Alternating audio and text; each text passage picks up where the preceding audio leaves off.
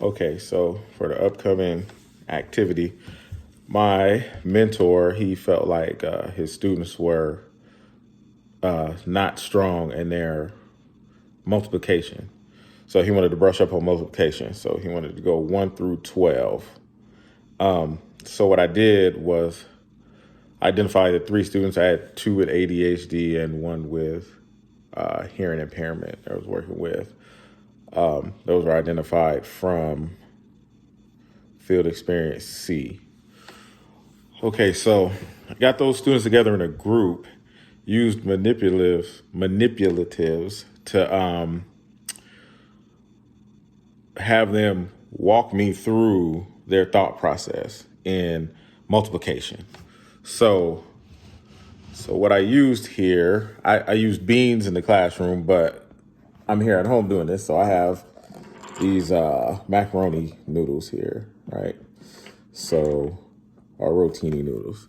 So what we did was I had the students so I asked the student 2 times 3. So you give me 3 groups of 2, and I'm working with my phone here, trying to get the camera here. So you give me 3 groups of 2. These are off. So that's 6. So they'll tell me that's 6. I'm giving you 1 group, 2 group, 3 group. So that's 6. That was one way I had them talk me through their thought process in multiplication.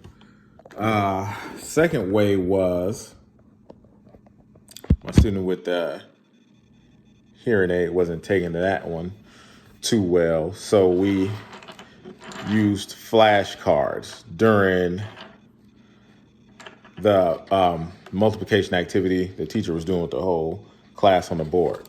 So, and we would do repetitions of this. So 1 times 3, it's 3. But I would have them answer first before I flipped it around. Okay. 3 times 5. I give them a second answer. Answer quickly. And I'll just go through these at random. I'll go 2 times 4, so 8. And then, I may come back around to this, but it's just repetition, memorization, and having them verbalize it, see it, hear it, speak it. And I felt like that was an intervention that helped a lot with multiplication. So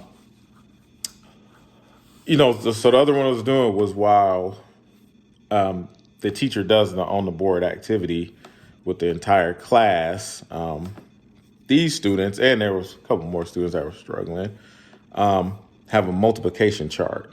So with the multiplication chart, they can follow along what the teacher was asking and go down their chart and participate in answering the questions. So this is how I helped these students with their multiplication. So what I did to help them do this at home on their own was I had them create their own flashcards.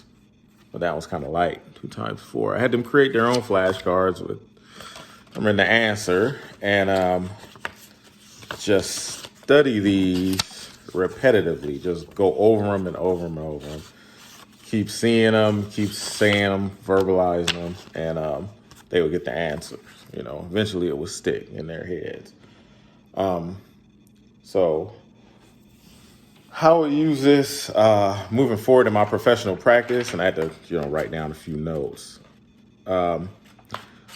So I would continue to use the manipulatives, and I would use them in more of a whole class activity. I may group everybody up and we're doing multiplication, and, maybe we do stations and we move around. I could have the flashcards at one station. I have the beans or the macaronis at another station. And we could just go over, I go over it on the board, And like I said, if we have 9 here, if we have 3 times 3, give me 3 groups of 3 stacks of macaroni or beans. 3 times 3 is 9. That'll give you 9. Use any objects, apples, fruits, pencils, or whatever. And that's how I would continue to use it in my professional practice. And I would allow the students to start out having them all have multiplication charts on their desk. And I'm a big fan of having anchor charts around the classroom for students always to reference or always have a visual if they need to look up and recall some information on multiplication. Okay, all right. Thank you.